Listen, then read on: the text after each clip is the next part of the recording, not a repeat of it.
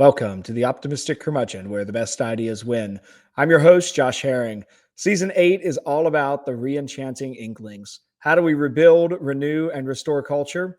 The Inklings give us a model. I want to ask for your help in two ways. You're probably watching this episode on X or on YouTube. Please find and follow us on both platforms. I tweet as at the Optimistic C3, and then if you're looking for the show on YouTube, just search for the Optimistic Curmudgeon. We want you to be able to find and follow our content and then be able to share that across your platforms. We want to be part of the conversation and help other people to see how life is truly good, true, and beautiful. And now, on to this week's episode of The Optimistic Curmudgeon. I'm your host, Josh Herring. Today, my guest is Reverend Andrew Lazo. Andrew Lazo is an internationally known speaker and writer specializing in C.S. Lewis and the Inklings. Andrew earned his master's in modern British literature from Rice University, where he was a Jacob K. Javits Fellow in the Humanities. In 2009, Andrew published Mere Christians, Inspiring Encounters with C.S. Lewis. In 2014, he published a previously unknown Lewis book entitled Early Prose Joy, Lewis's first spiritual autobiography. For 10 years, Andrew taught high school English and C.S. Lewis at schools in Houston, Texas. He holds a Master's of Divinity from Virginia Theological Seminary, is working on a doctorate in Romantic Theology, and loves speaking, thinking, and writing about Till We Have Faces. I met Andrew at the Davenant Institute's Convivium last year on Faith and the Imagination, and again at the Undiscovered Lewis Conference. He's a co-host on Pints with Jack, runs a C.S. Lewis Rare Books page on eBay that we'll be sure to link to in the show notes, and is a wonderful conversation partner. Andrew, welcome to the Optimistic Curmudgeon. I'm so glad to be with you, Josh. And I was thinking as I was getting ready, it's better to have an optimistic curmudgeon than a curmudgeonly optimist, I think. I think so. When Michael Ward came on a few weeks ago, he went ahead and added something to our show's lore that I'm going to try to work in whenever people bring up the name. He thinks that Puddleglum is, in fact, the spirit animal of the show. And someday, if I make a merch store, I've got to figure out how to get the internet to make a Puddleglum wearing an Optimistic Curmudgeon t-shirt. I just think that would be perfect. I think you could do it. It would be a Paxfordian effort. There we go. Of course, Puddleglum modeled off after Lewis's gardener Paxford, who was, what does he say? Externally gloomy and internally the most cheerful man he'd ever met, right? Oh, that definitely sounds like Puddleglum, and I'm glad to know Lewis had that attitude around him. Well, I'm really excited to get to learn a bit more about Till We Have Faces from you here in a moment. But before we get there, tell our audience a little bit about the Mere Christians C.S. Lewis Conference. How's it going? How are the details coming together? All the things. Give us the update. Yeah, thank you. So last year we had the first annual, and this year is the second annual Mere Christians Conference. It's named after the book that I did, but mostly I just couldn't find a better title. And so we've got the you can snap your little QR code right there. Perfect. Surprised by Love is our theme this year. We're looking at Surprised by Joy, The Great Divorce, and The Four Loves. We have three nationally known scholars. My wife has written a best-selling book on the Chronicles of Narnia, and she'll talk about The Great Divorce. Alan Snyder has written a couple of great books on Lewis, and he lives near us in Florida. So he'll come to talk about Surprised by Joy, and I'll talk about The Four Loves. We also have a reader's track. A lot of times at conferences, I hear people say, well, I'm no expert, as if they're apologizing. And I think that we're all amateurs in that great sense of we're all lovers of Lewis. And so for the reader's track, we'll have a couple of breakouts and we'll kind of have a conversational interaction about Lewis's fiction. And then the next one will be about Lewis's nonfiction. And then we'll have a big panel discussion. Matthew Clark is a marvelous singer-songwriter. He's done a bunch of stuff with the Rabbit Room and has his own album trilogy and book trilogy that have just come out. Malcolm Guide is in his latest volume. He's done wonderful things with the Anselm Society and the C.S. Lewis Foundation. Matthew will join us for some songs and revelry. And we have food, because what would a Lewis conference be without good meals? So we've got a big Narnian banquet on Saturday, and prime rib and all the fixings. One of my parishioners is an Anglophile, and she'll make a great English high tea with scones and Devonshire cream. And then we also have a children's track. They'll be working on Magician's Nephew, which we hear may be the next movie filmed. And finally, we have an academic track that Michael Opisi, our mutual friend, and Annie Nardoni, both graduates from Houston Christian University's Cultural Apologetics program. They're heading that up, and people are going to be bringing in papers to workshop over 3 breakout sessions. So it's a marvelous time. It's Friday afternoon and evening, May 2nd, and all day May 3rd. And like I said, we've got the QR code. It's merechristians.net. And the early bird tickets go for about 1 more week. And so that discount is pretty good. So we'd love to have folks who are within striking distance come and join us.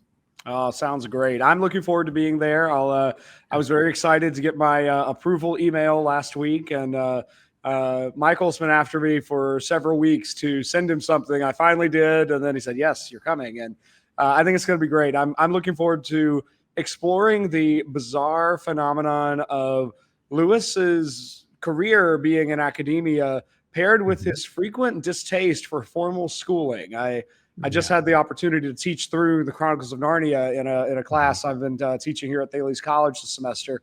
And I was struck by just how often Lewis takes digs at the organized school system.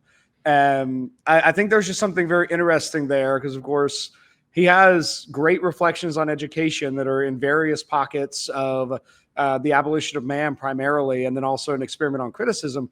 But boy, oh boy, does he just take it out on the Prussian factory model of schooling, especially in Prince Caspian when Aslan comes, and in one case he liberates the children from the teacher, and then he goes one town over and he liberates the teacher from her students. Yeah, absolutely. No, he had really an ambivalent relationship with schooling. The one of the only books that is not still in print of Lewis's is Rehabilitations. And while all of those essays have been reprinted elsewhere, that's an important one from 1939. And in that, he talks about the English syllabus. And that's one of the early battles that he and Tolkien fought, was over the Oxford English syllabus. And they ended up winning the battle, but that in some ways made them lose the war. So Lewis lost 3 elections to become a professor at Oxford, in part because they had been kind of educational bullies early on. But also because he was a believing academic, and that can be troublesome then as now. And so while he was in academia all his life, it was not always an easy fit for him, was it? No, it's that bizarre thing that in the ideal sense, you get hired as a professor in theory because the institution wants you to profess that those things that you deeply believe to be true and that you studied. And the reality then and now in so many institutions is that it does certainly become a political game and becomes a matter of affirming whatever the present day orthodoxy is. And I promise we're going to get to till we have faces, but I was complaining at one point about how I just couldn't believe the internecine fighting amongst academics that Lewis shows happening at Bragdon College until we have faces. And I had a professor friend who was far ahead of me in the professing game, and he was like, "Oh no, you just don't understand. That actually is the most accurate part, the most realistic part. Like Lewis is definitely channeling real faculty meetings in those scenes."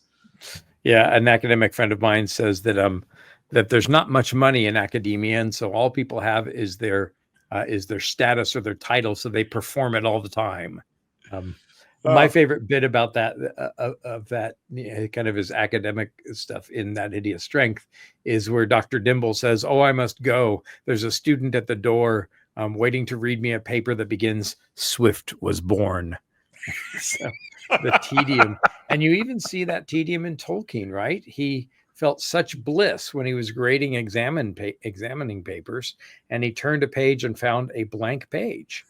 And wrote, "In the hole in the ground there was a hobbit," and he was so grateful to read or to find a page of student writing that he didn't have to read because it was left blank. So Hopefully, I don't think any of my students are currently tuning into the live stream. So I'll admit that I am currently working through a stack of their research papers, and I sympathize so much Oh, with that view. yes. I Well, pray on for you that note, now and in the hour of your death.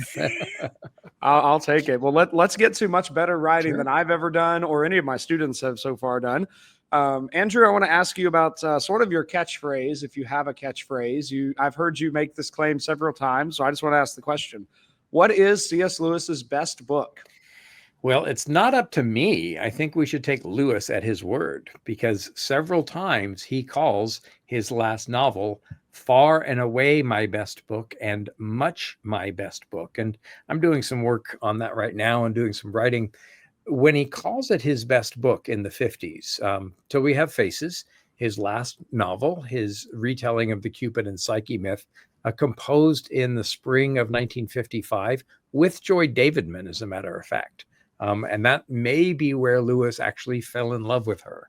We know that she was already in love with him and writing sonnets to him, although we don't know if he ever read them. But they came together, and Lewis had been working on this idea of Cupid and Psyche all his life, but it finally coalesced around his interactions with Joy Davidman. And so he writes this novel, and he says at one point in his letters, I believe I've done what no other English author has done. I've written through the length of a book through the mouth of an ugly woman. And he sent the manuscript to friends, and especially women friends. And he said, I want to make sure that no masculine note intrudes. So he does this amazing novel, which I call maddening and magnificent. It strikes people deeply, but they're not really sure what's going on. But Lewis himself said it was his best book.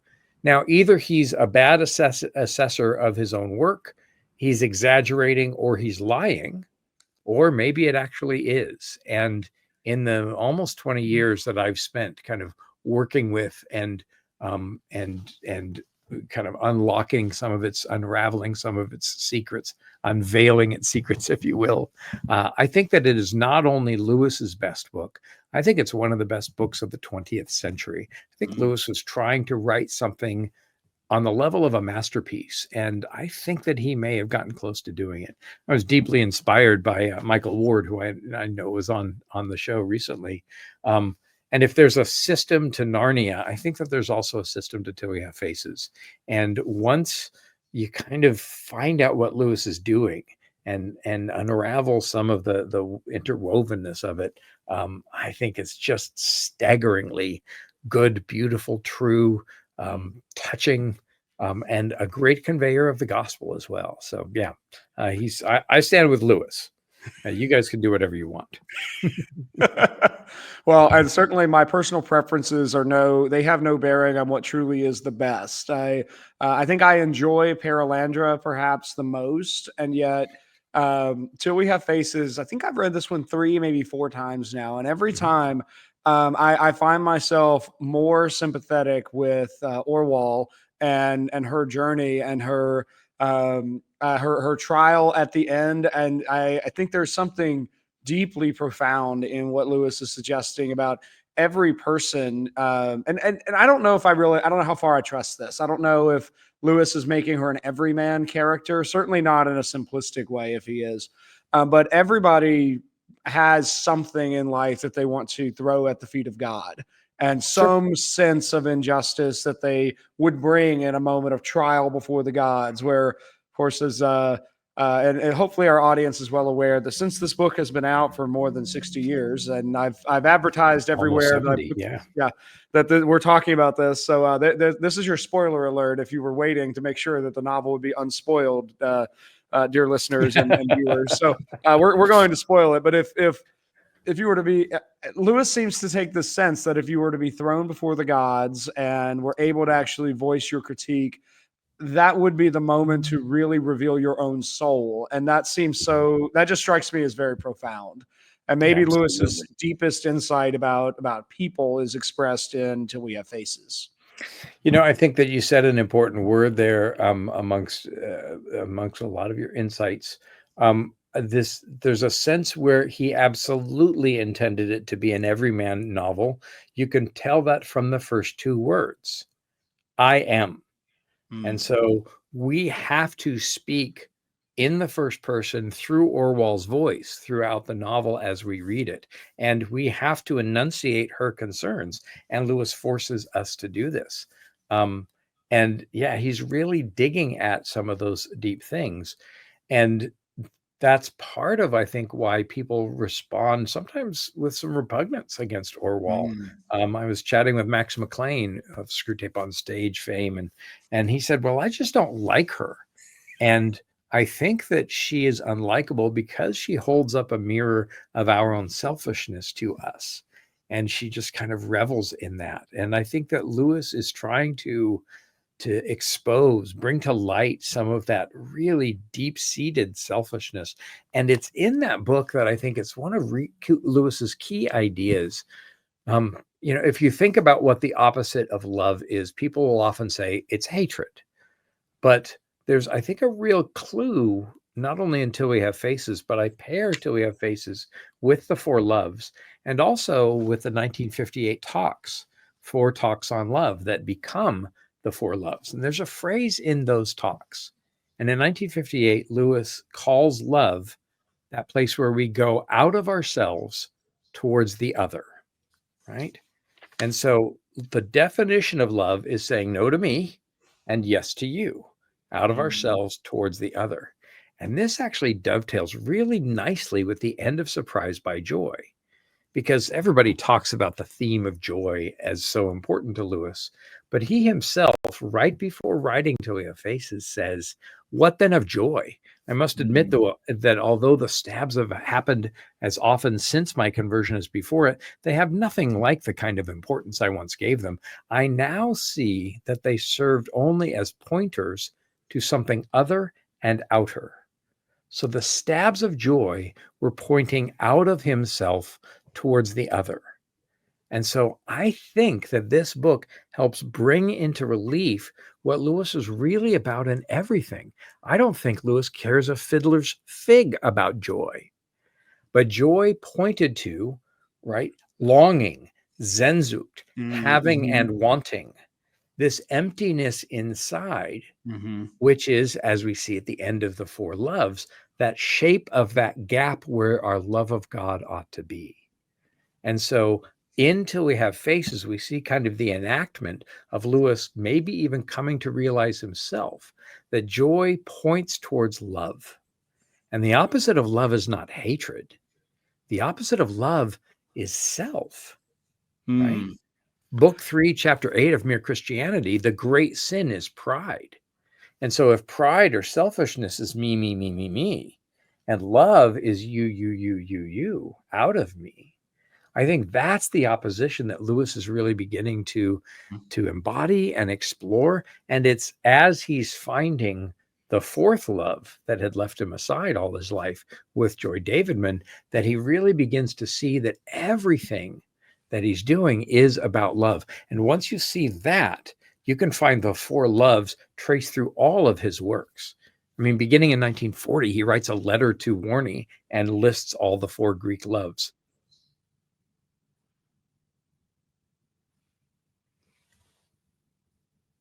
Oh, Andrew, I don't know if you can hear me, but I'm suddenly not able to hear you.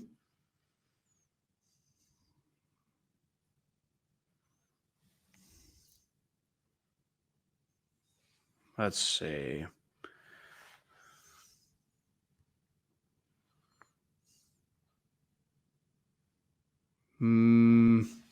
Sorry. Oh, there we go. You're back. You're the last thing I heard was a letter to Warney where Lewis is listing the four loves. He lists all four of the loves. So he's thinking about the four loves as a set for at least kind of half of his life. And then you see the individual loves show up. If this novel is about love, we should see it everywhere. And in fact, we see it in the second sentence. She says, I am old now and have not much to fear from the anger of gods. I have no husband. That's eros, romantic love. I have no child. That's storge, family love. Nor hardly even a friend, philia, friendship love, through whom the gods can hurt me. Now you think about who the gods are in Gloam, and it's the god of the mountain and his mother Unget. Well, Unget, we find out from the fox, is Aphrodite. So Doris Myers, in her marvelous book Bareface, places this novel maybe 300-400 years before the incarnation in some pagan land. And so in a pre-incarnate world, the best example of a god of love whose son is also the god of love is Unget and the god of the mountain, or Aphrodite and Eros, right? And so what she's talking about is the refutation or the refusal of all the loves. And those strange vision scenes at the end, she realizes that she didn't love Redival, her sister, Storgi. She took Bardia's philia and thwarted it or betrayed it with hidden, unspoken eros, thus destroying the eros between Bardia and Ansit, his wife. And even Ansit, when she pulls off her veil, says, "Oh, you too." That's Lewis's phrase for the beginning of friendship. So even Orwell and Ansit could have been friends over their love for Bardia, but her selfishness kept that from happening. She should have set the fox free and treated him with agape or agape, but she kept him close. And so she realized that all of her loves were inward turning. And then she also has this kind of conversion to the gods in book 2, where she calls them good gods and even Lord. And so part of why this is Lewis's best book is because it's about the greatest thing, right? These 3 things remain, but the greatest of these is love. Lewis knew that, and Lewis is embodying love by exemplifying their opposites, like Screwtape, throughout the whole length of the book. And she slowly has this denouement that Orwell also spoils literally the love, but the eros between Eros and, and Psyche. And then to go you one better, right? And this is what I talk about every Sunday. The bride of Christ is the church. And so we are in essence married to Christ.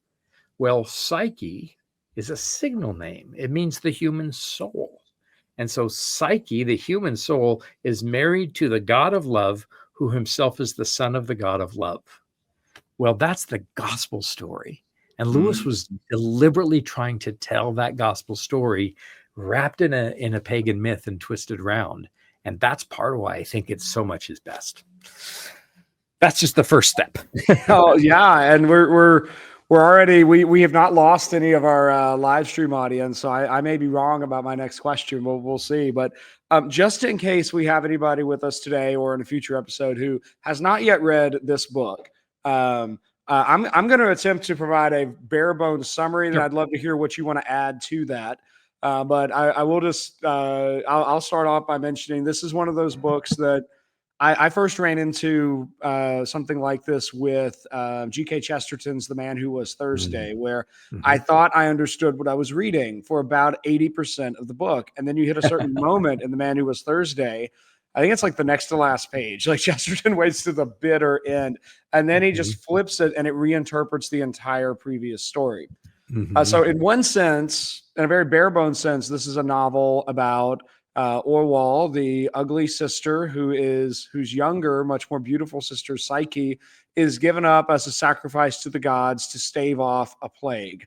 And in following the myth of Cupid and Psyche, Psyche is actually not killed, but is actually becomes the true bride of the son of the god of the mountain, the son of Unget, as you mentioned.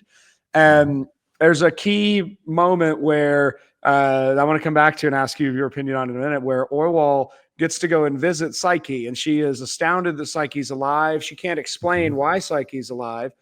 Psyche believes that she is standing in a beautiful palace and that she is literally married to a god, and her husband is Lewis doesn't give this detail, but you very much get the sense that her husband is very well equipped and is very handsome, and like this is a thriving marriage. The eros is strong, and the palace is gorgeous, but Orwell can't see any of it and thinks that her sister's insane.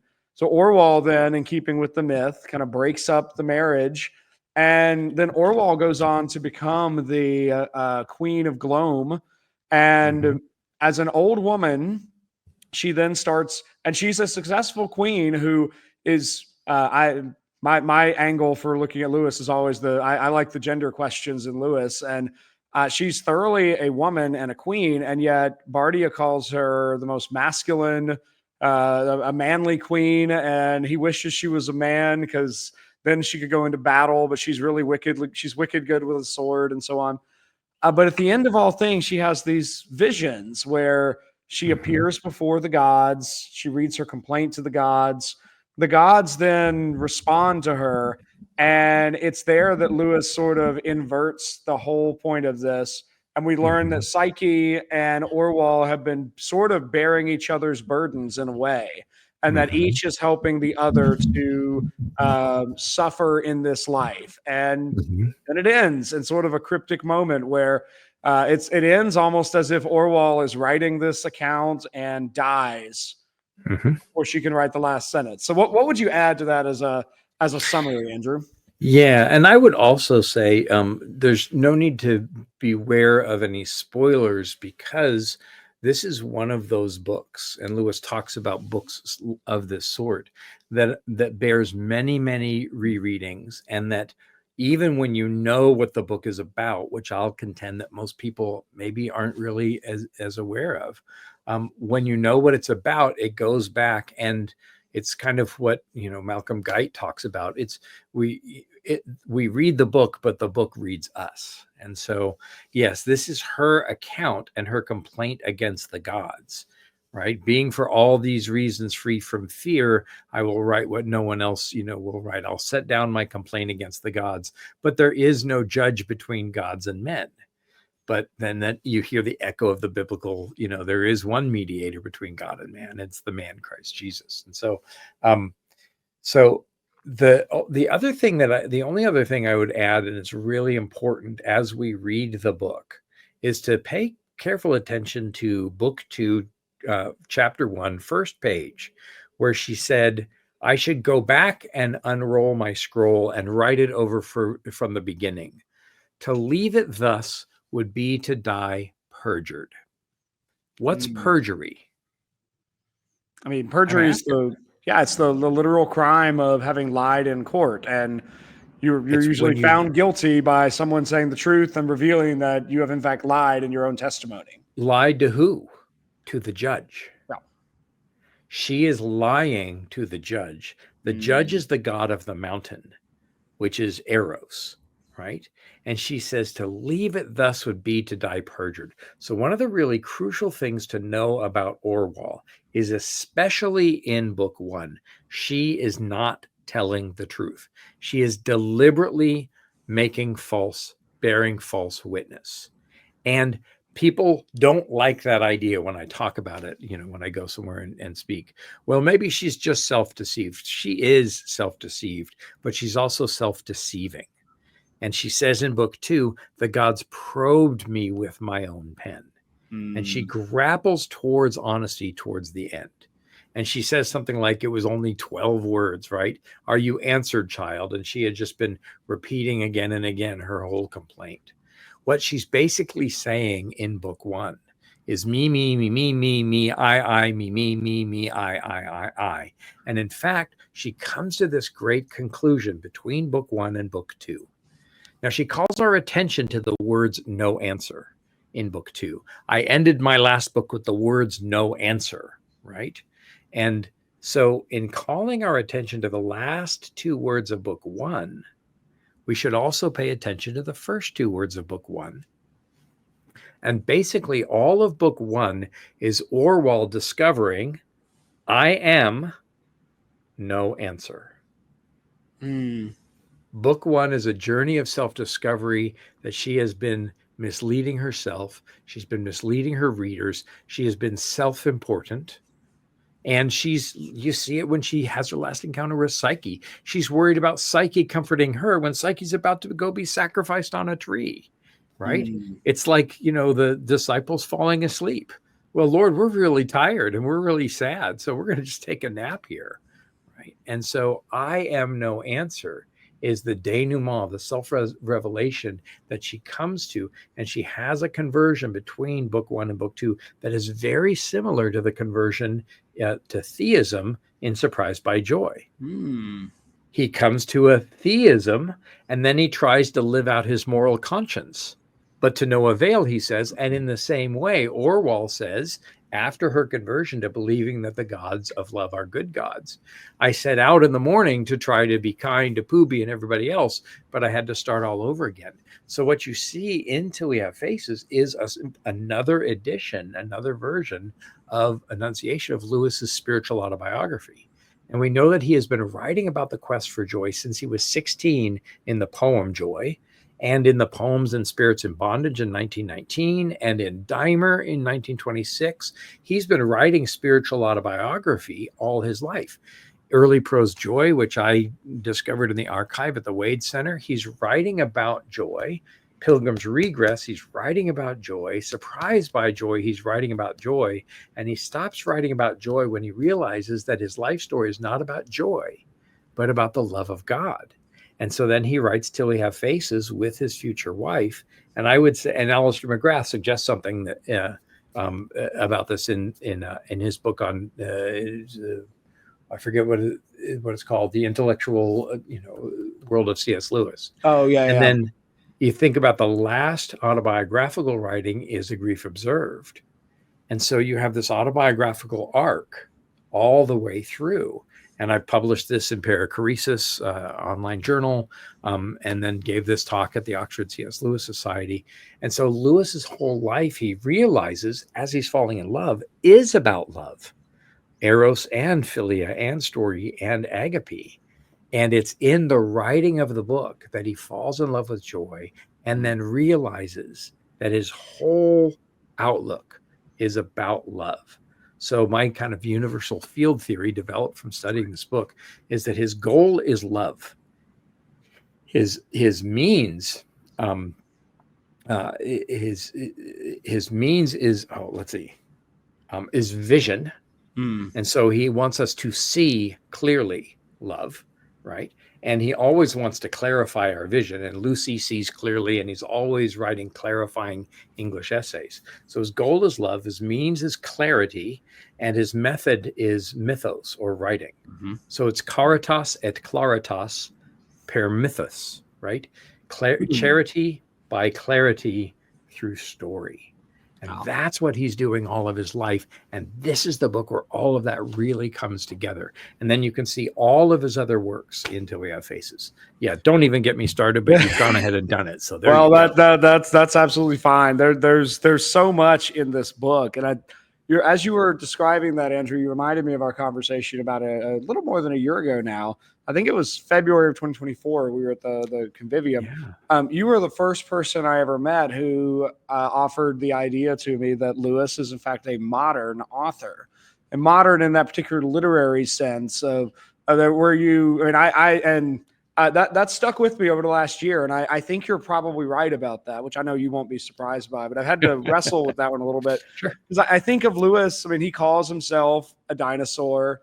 He sort of adopts the persona of the medievalist to some extent. And he certainly writes with all these external, as soon as you're looking for it. I mean, I think I'm about 65% in agreement with Michael Ward's thesis. I'm still not quite sure if all the Narnia books hold up to the planetary influence idea. But as I'm going, I know. I may get there one of these days, but this time going through, I'm like, no, there is a lot here. As soon as you scratch the surface, you find astrological influence and so on. But I never really thought about Lewis as a modern author who is self-conscious. Can you hear me? Yeah, I'm sorry. I'm on a podcast right now. Where Lewis is... Okay, please don't pray. Okay. Thank you. Sorry. Yeah, no, it's all right. Where I've never really looked at where Lewis is self-conscious in the same way that, like, William Faulkner is self-consciously writing a complicated novel, and he's self-consciously interweaving things. And James Joyce is self-consciously writing a portrait of the artist as a young man. Let me show you me as a young man and like my story and so on. But this certainly is a modern novel that I'd stack it up against any other work of modern literature. And I would go one further. Described is so.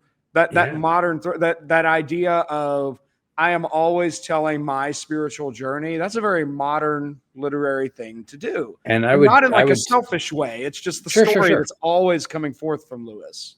And I would even tighten up that term because it's modernist, right? It's that literary genre. And of course, Lewis is a modernist. He couldn't help but be, because he was alive and writing in the modernist era. And of course, as he talks about in De Descriptione Temporum and elsewhere, periods in literary criticism are always backward looking, right? The modernist, or he says in De Descriptione, and period criticism as well. The medievalist didn't wake up one morning and say, "Oh, I'm so glad the Dark Ages is over, and that I'm a Renaissance person now," And so they were fighting to define the age. But I'll argue, and I have argued in print and elsewhere, that Lewis and Tolkien are by very definition modernist writers in the UK, because the characteristics of modernism are roughly 1900 to roughly 1950, right? Eliot, James Joyce, Virginia Woolf, W.H. Auden, Ezra Pound, all of these. And what are the characteristics of the modernists?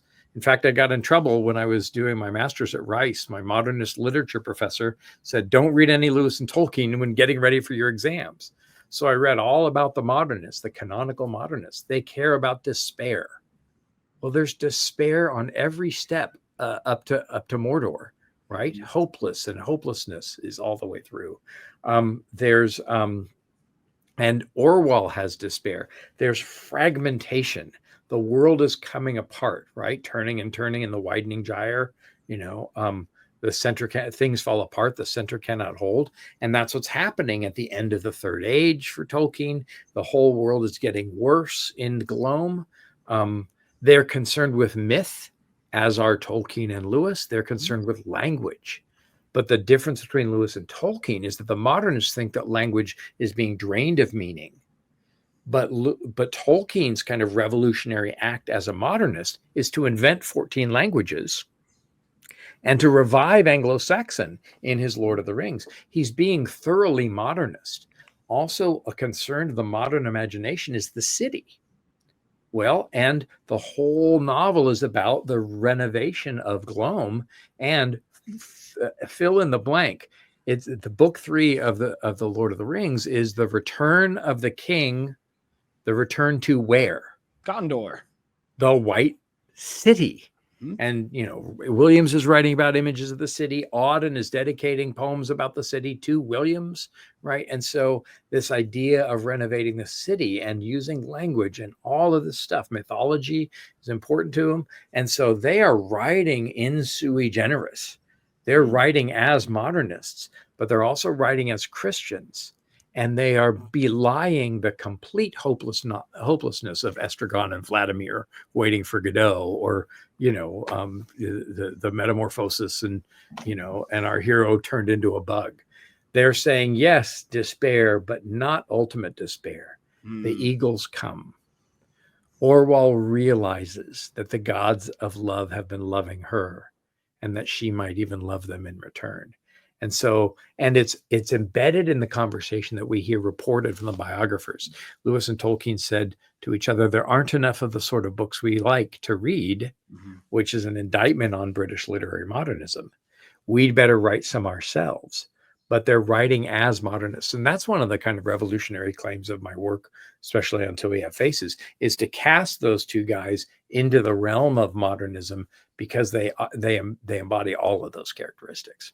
Oh, there may be one other piece to add to your list. I mean, there might be nothing else quite as modern as being a modern who feels dissatisfied with the modern industrial world, and then kind of hearkening back to a romanticized vision of the past, whether that's Lewis. And the modernists reject the Victorian and Romantic age, but by rejecting it, they include it. By saying we are anti-romantic, you have to know what the romantics are doing. And Lewis and Tolkien are saying, not so fast. Instead of rejecting, let's rehabilitate, right? So Ezra Pound cries, make it new, make it new. Lewis and Tolkien as Christians know that we can't make anything new, but we are sub-creators and we can renew it.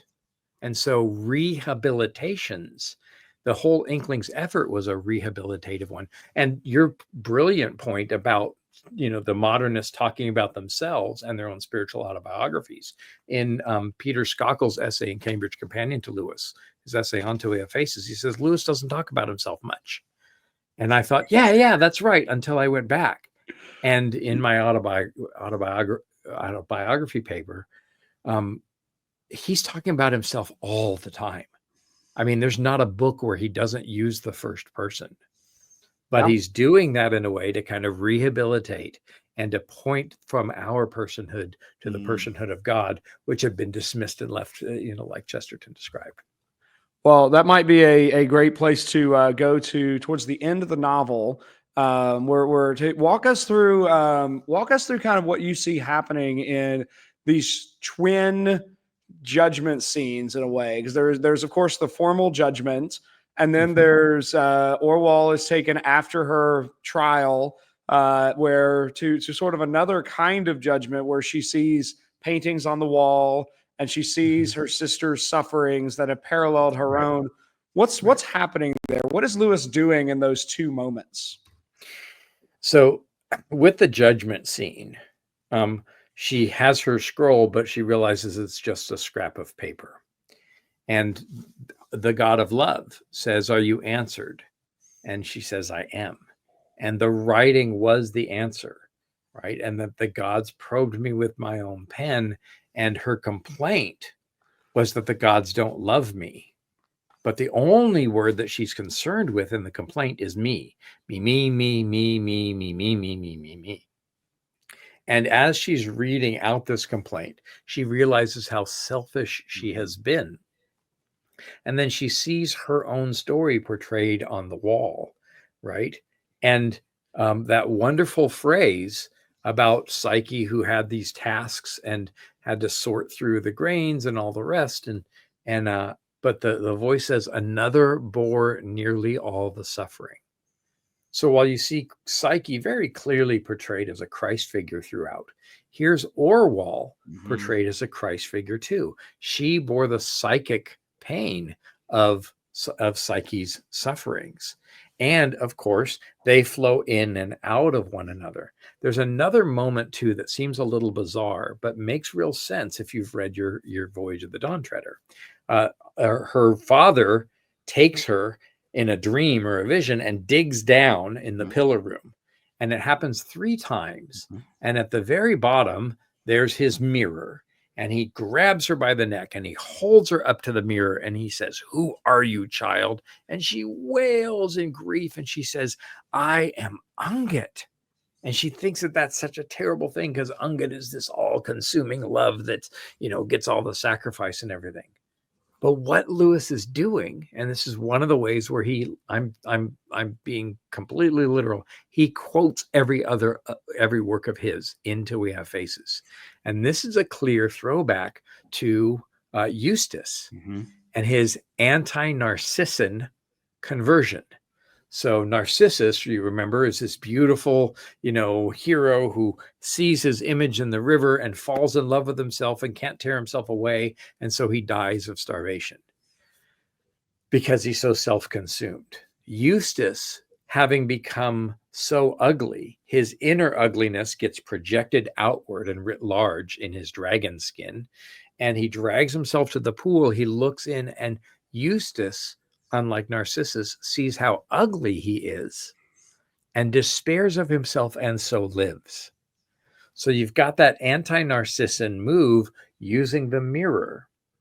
And he tries to dig himself out of his dragon skin 3 times. And Aslan says, "You must let me undress you," right? And so it's finally the transformation of our Savior, and then the immediate baptism, and then the return to Edmund and everybody else. In the same 3 ways, there's the digging, and then there's the confrontation with the ugliness of the mirror. And so she digs down 3 times and then sees the mirror. And what she literally says is, "I am the mother of love, and I am love herself." But what she says is Unget. But that's who Unget is, the gods, until we have faces, are not cruel. The gods have been loving her all the way along. And like Lewis says in the five sonnets, it's like the moth that booms against the window pane for hours, thinking that the way to reach the flowers. The gods are trying to get through to Ungut and inviting her to joy, inviting her to love, and she resists. That's that why should your heart not dance thing. And so that's part of what's happening there at the end, is she's realizing that her selfishness is the only point of her own story, but there's more to it than that. There's so much happening in that, and I want to follow up on 2 points there. You mentioned I love that scene with Eustace. I mean, it's one of the places when I was teaching Don Treader this semester. My student is very deeply Catholic, and I'm born and raised Southern Baptist, now attending a PCA church. But apparently, you can still be Southern Baptist and attend a PCA church. They're okay with that. But the thing that leaps out to me in that moment is Lewis's like the conversion and the baptismal imagery that's there, which I think fits with the threeness there. You got the Father, Son, and Holy Spirit invoked with the Trinitarian numerology, but you get I just love the fact like Eustace can sort of clean himself up. He can get a skin off, but he can't change his skin. Right. And so Lewis is going to have Aslan dig his hook deep in and pull it all out. And it's then once he's been changed that now the sign of the change is given. But that's the point of a sacrament always. And this is Lewis has got a sacramental view of the world and literature and nature. It's an outward sign of an inward grace. Yeah. Right. And I can't create the inward grace. And so God must do that. And that's part of why Aslan is participating in this kind of pseudo-sacramental act with Eustace. Yeah. The other thing I want to mention on that, when Orwell's in that scene and reading her speech or her manuscript, I think it's one of the places where Lewis's skill as a writer comes through. And I think this is part of the theory I want to run by you here in a second. But I think Lewis has learned so much across the previous 10, 12, 13 years of writing book-length projects, not essays and particularly literary craft book-length projects, not Allegory of Love, that's or the Oh Hell volume. Those are different academic writing for academic purposes. But I think in that one scene, you see him execute such amazing control of tone and dialogue. And because what you see as you read over just a page and a half, and I'm not going to read it because I've left my book at home, but if you have it memorized, maybe we can listen to it. But you read that section and you see she starts so eloquent. It reads like a formal court appeal. This is so reasonable. Of course, my complaint makes perfect sense. But by the end, she is just a shrill, whining toddler that nobody would take seriously. And Lewis shows us, I think this is one of the everyman type moments where if we could stand before God and raise, oh God, how could you kill my brother with cancer? If we could actually stand in the presence of God and raise what to us in normal human 21st century conversation seem like perfectly reasonable objections to the goodness and power and love of God. If we could actually say those things in his presence, it would be nothing but the whining of imbecilic children who have such a puerile, selfish perspective. And I think Lewis shows us that so well. Yes, but also there's a mercy. Are you answered? Yeah. Right? Yeah. And so the judgment of God is always intended not to show us what sinners we are and how puerile and childish we are, but to realize in our shortcomings how much we need his love.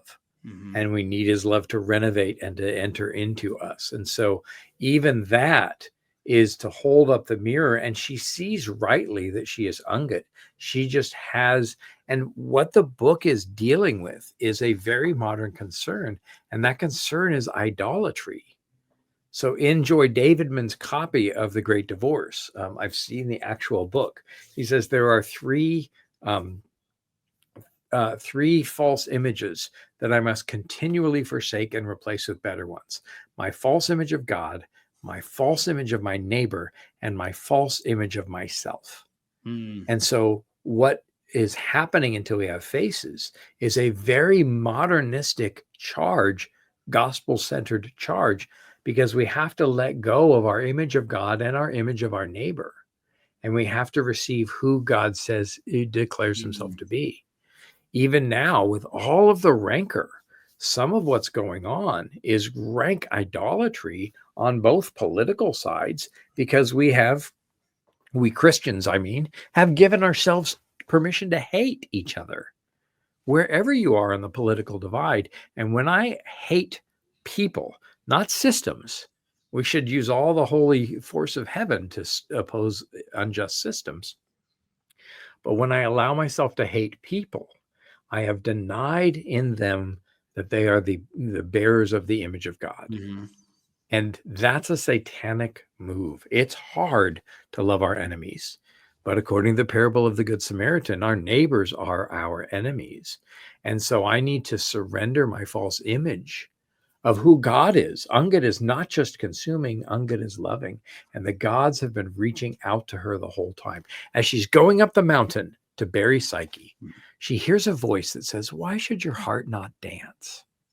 And she lists all the reasons her heart has not to dance, but she never stops and asks who's speaking. It's the holy mountain. It's the gray mountain. It's the son of the God of love who invites her to joy. And she steadfastly refuses and never asks who's speaking. And then she sees Psyche, who about an hour later says, "Oh, Orwell, why should our hearts not dance?" And then, as David Bates pointed out from Pints with Jack, wonderful insight. She can't see the palace until at midnight, driven by her thirst. And so God uses our physical thirst. She, driven by her thirst, goes to the river and kneels down and looks up and sees the palace. She can only see the house of love when she takes the position of humility. And her body is praying. In Letters to Malcolm, Lewis says the body needs to pray too. Just by adopting this self-abandonment pose to fill the thirst, there is no other stream, right? From Silver Chair. She is granted vision, and she lies about it for the rest of the story. Never tells anybody about it. And so that whole thing is this lie, and she's purposefully distorting the image of God in her neighbor and in herself. And that's, I think, one of the great warnings of this book, that the love of God is the resident fact of the universe, and that we should be looking through those eyes of love and doing all that we can to get out of ourselves. It's part of why Lent is such an important season, and we're about to enter the last enter Holy Week. So Holy Week is coming. It's exciting. It's exciting every year. I just want to hint at two other things. We could go on for a long time on either of these topics, but we've got to wrap up here and not too much longer. I love that.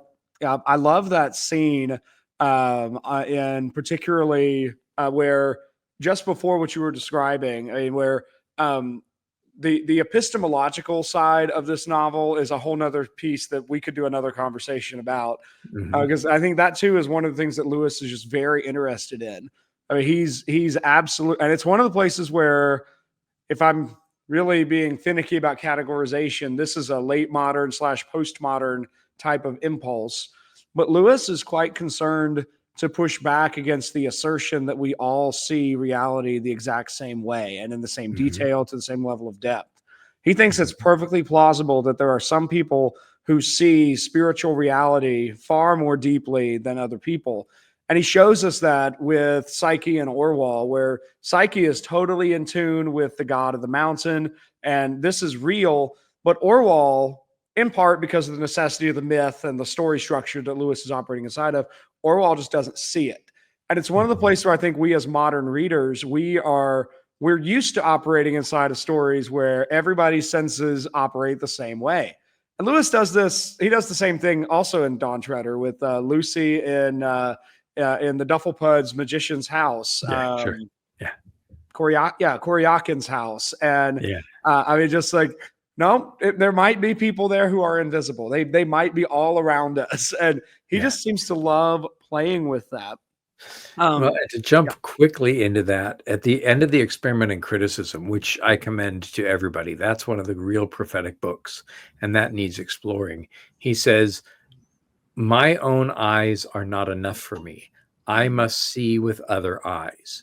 And so reading becomes this act of humility and even of love, to go out of myself and to give somebody else to embrace the vision of someone else. And Orwell says, "I write these things, maybe a traveler to the Greek lands will read it and see if I was right." And so even the act of writing is fundamentally selfless, because she is trying to engage and trying to get over herself. So epistemologically, I think reading, Lewis would say, is an act of vision by looking through other eyes. And now there's a whole nother thread that we're really not going to go down, but there's the whole native knowledge versus her being trained by the fox and sort of getting a Greek paideia that forms her in certain ways. But the last place I want to ask about, we actually just got a question. I'm going to put it on the screen here in just a second related to this. I am fascinated by the interchange, and I would see this as more of a subplot for Lewis. I don't think this is the main point by any stretch.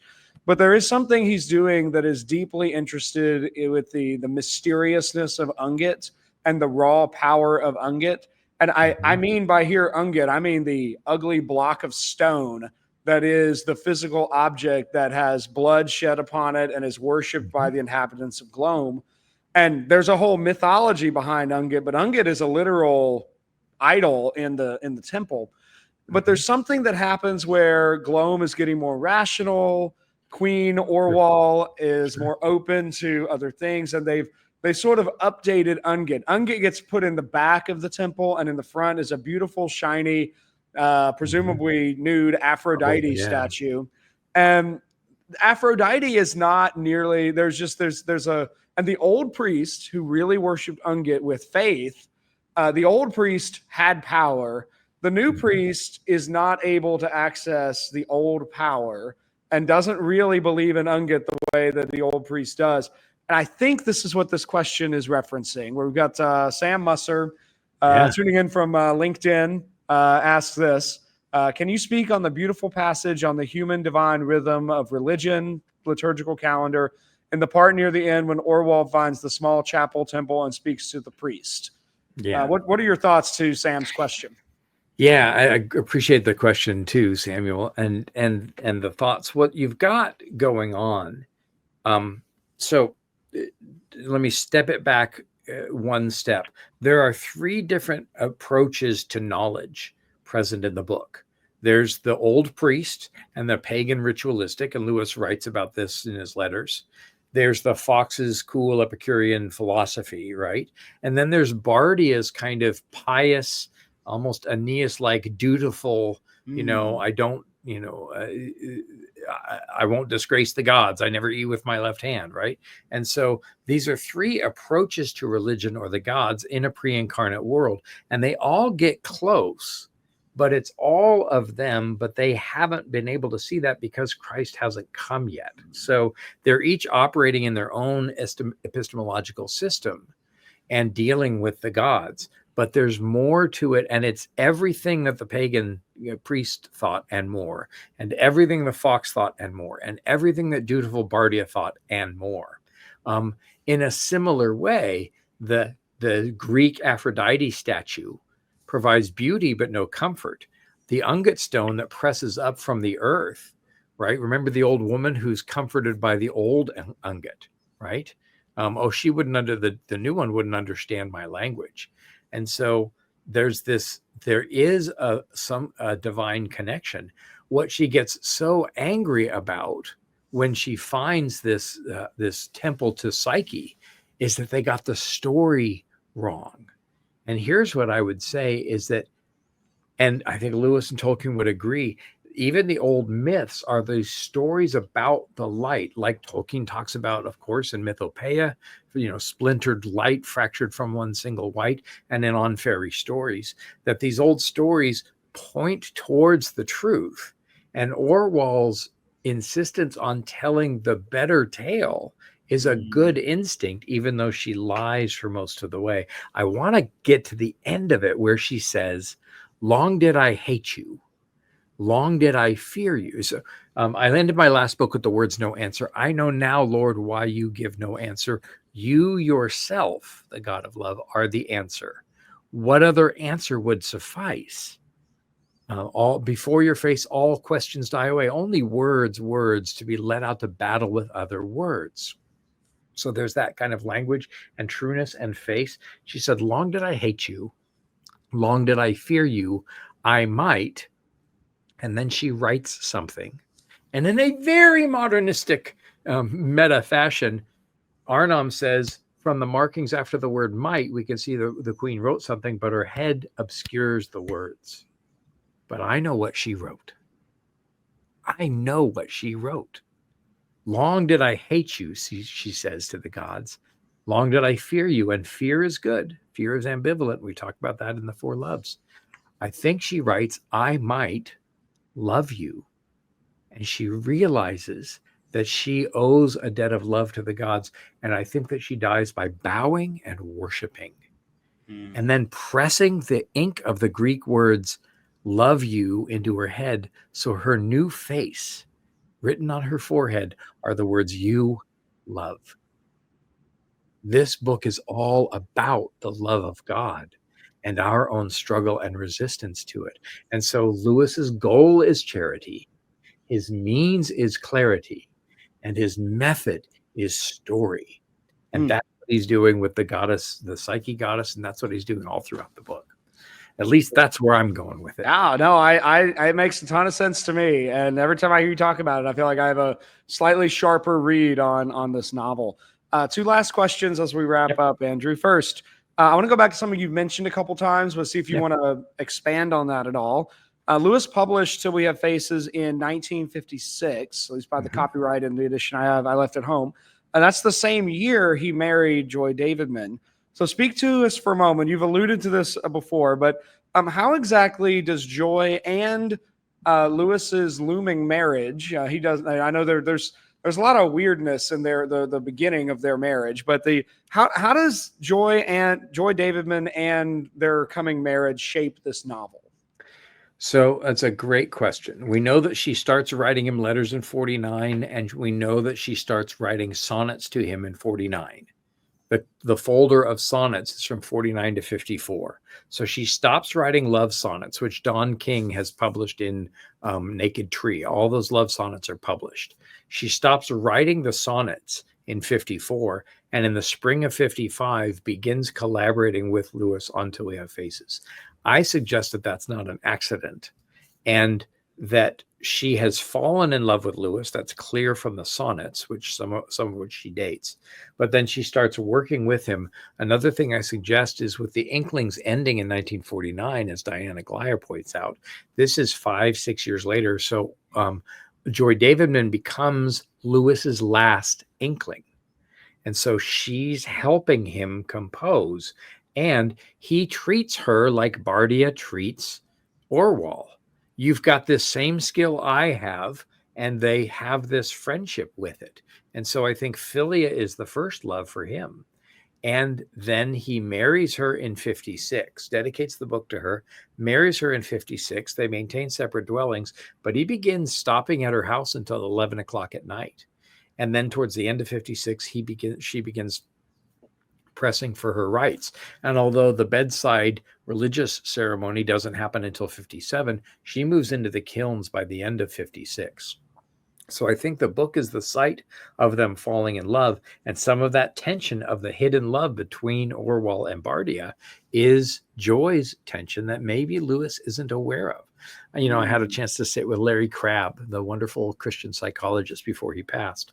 We were in Cambridge at a Lewis conference. And I said, could Lewis have compartmentalized his life enough so that he fell in love in 55, but wouldn't admit it to himself until 56 when he thought he would lose her? And Larry said, that sounds very much like a man, especially a man with Lewis's emotional background and history of trauma. So I think that the falling in love is one of the key ways to understand the novel. It's the Four Loves and and Screw Tape Letters and The Great Divorce. It's all of Lewis's work. It's the site where they fell in love, and also it's Lewis's most blatant explanation of the gospel, that the God of love is the bridegroom of the human soul. Oh, beautiful. Well, Andrew, you've spoken to this several times over our conversation today, but I want to give you one chance to kind of intentionally speak to this. I want to ask you to think about this novel pastorally. What spiritual wisdom could perhaps any of our listeners are thinking, "Gee, I need to read this novel now that I've heard all this stuff about it." What spiritual insights that we haven't necessarily already spoken about? What spiritual insights would Lewis offer through this particular form of story? How can reading Till We Have Faces help us love God more and love our neighbor more? I loved how you phrased that question, because when I first started in this diocese, and I wasn't always an Episcopalian, I have a Presbyterian background and a Baptist background. I went to the Moody Bible. I'm an Episcopalian Baptist-Costitarian. But when I met with my bishop and said, "Hey, as a priest, my theology of ministry is I want people to understand the love of God, and I want them to love God and love neighbor better in return." And he said, "Great, full steam ahead. And you may meet the bishop, and you'll certainly meet his daughter. She'll be in the Bandertrack, Sophia Holcomb." He said, "Remember that the love of God is grace, and the love of God and God's love for us is grace, and that's the gospel. Our love for him and our love for neighbor is the summary of the law. And what we need is more grace, not more law." And so I think one of the things pastorally that this book does so effectively is it makes clear, despite all of our refusals to love him in return or to love our neighbors as ourselves, the love of God will not be thwarted, will not be daunted, will overcome every obstacle. And right at the very end, in the flipping around, you, which is a holy word, not me, but you, love, is, I think, the point of the whole novel, and in fact, the point of our whole human history. The love of God for us is the most important thing that any of us could grapple with. And what would one day, 1 year, what would Washington, D.C., what would my house or my church or my world look like if for one day I really lived as if the God of the universe loved me and loved everyone else? If the love of God, the steadfast mercy that's repeated again and again in the scriptures, if we lived and leaned into the love of God, what would our life look like? I hope we find out. Wow. One day, Christ the King will return, and we get to live in that world. And until that day, we of course see through a glass darkly, and we're working out our faith in fear and trembling. And the word love, because it is God who works in us, right? Yeah, To will and to do of his that word good pleasure. love is one of those terms that there are some terms that become sites of cultural conflict, and I think love is one of those words. It's one of the words that faithful Christians who are reading scripture should fight to reclaim. It's not one that we can let people who do not have any kind of fidelity to the nature of God, who is love. If we do believe in a God who moved heaven and earth to redeem us from our fallen sin, it matters a lot how that God reveals himself to be. And I think of I'm thinking of a section in Priestesses in the Church where Lewis talks a lot about it matters a lot that God always speaks of himself in scripture in the masculine. That tells us something about the nature of God. I think the same is true of love. Like we understand love not through a kind of a soft wishy-washiness, which is the kind of way I tend to find a lot of friends want to just say either the phrase "love wins" was that was the beginning of a really interesting cult. There's a lot of weird cults that have started on the idea of love that gets expressed in bizarre sexual ways. But I think it's one of those words that like gets quickly co-opted, and it's worth just keeping in mind that the love that moves the sun and other stars is only that's only a good love if it's in fact true. If it's the love that God has for us that is also a burning fire, and is the God in Isaiah who, in the very presence of love himself, all Isaiah can say is, "I'm a man of unclean lips. I can't speak here." Right. But I would say, as we fight to reclaim love, we should also fight all the more to practice it, and to love one another. And remember what Romans says about the cross, that God goes on showing his love for us, that while we were yet sinners, before we had our stuff together, Christ died for the ungodly. And so it is he who began a good work in us and will bring it to completion. And so it's all up to him to do. And so I'm really suspicious of the combative mood these days. Now, I'm not speaking of you, but I think that the enemy would like us to so focus on our love of God that we forget the love of neighbor. And so if I were to grapple with what steadfast love, unconditional love would mean in my own life, and then try to remember that my worst enemy is also beloved of God, that's going to keep my hands plenty full for the coming days. Yeah. No, my podcast is all about the combative side. I'm all about hosting people who want to hold strong views on truth and are willing to articulate them. So it's I don't know if you ever want to do this, but if you do, just let me know. My next big reading project is Joe Rigney's book, The Sin of Empathy. Half because I really want to understand his argument, but also because I just love what Joe does. He came on the show about a year and a half ago on his previous book. If you ever wanted to come on and y'all have competing views on the, I suspect y'all would have competing views on the idea of empathy. That would be a great debate. I would be very interested in hosting. But for today, Andrew Lazo, you've given us lots to think about the nature of love, about Till We Have Faces, about C.S. Lewis, about the upcoming Mere Christians conference. That's merechristians.net for our current listeners. How can people find and follow you online? Yeah, Myth of Love. I think it's mythoflove.com, mythoflove.net, andrewlazo.com. It's hard to miss me if you really want to find me. I'm around, and I'm in Orlando. So anytime people come to visit the Mouse, here I am. Perfect. So, and we're looking forward to inviting people to a rich banquet in many levels at the conference and further on after that. Oh, it's going to be so exciting. Love the idea of gathering Lewis fans together around a feast. Sounds absolutely. Yes. And then I think we may have a drinklings planned at the pub afterwards too. Hey, there we go. That too is very much in the spirit of Lewis and Tolkien. Well, Father Lazo, thank you so much for helping us consider the questions of love, of who we are, of how we better relate to each other, and how C.S. Lewis can help re-enchant our understanding of our obligation to God and to each other. Thank you. Well, thanks to Sam Musser for his question, to your audience for listening, and thanks, of course, to you, the optimistic curmudgeon, for the chance to consider some of the greatest things. Oh, it's been a great conversation.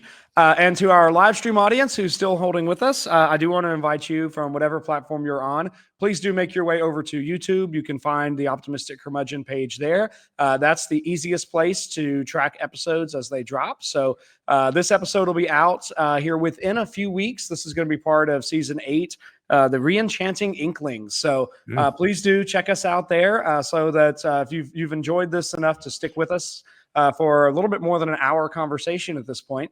So if so, I assume you'll want to be able to share this with people. So make sure that you can check that out when we get it ready. So thank you, everybody, for joining us here today on The Optimistic Curmudgeon. My name is Josh Herring. I'm your host. And today my guest has been Andrew Lazo, author of Mere Christians, Inspiring Encounters with C.S. Lewis. You've been listening to another episode of The Optimistic Curmudgeon, where the best ideas win. I'm your host, Josh Herring. I hope you enjoyed this episode. If so, please do find and follow us on X and on YouTube. On X, you can find me as @TheOptimisticC3, and on YouTube, just search for Optimistic Curmudgeon. We want to make sure that you have the ability to find and follow all of our content. And then if you're looking at the show description, you'll see links to any resources that were referenced in the show, as well as the sponsors for this episode. Please do check those out. We are very grateful for a variety of different institutions in helping to make this show possible. Until next time, seek the good, enjoy the true, and live the beautiful.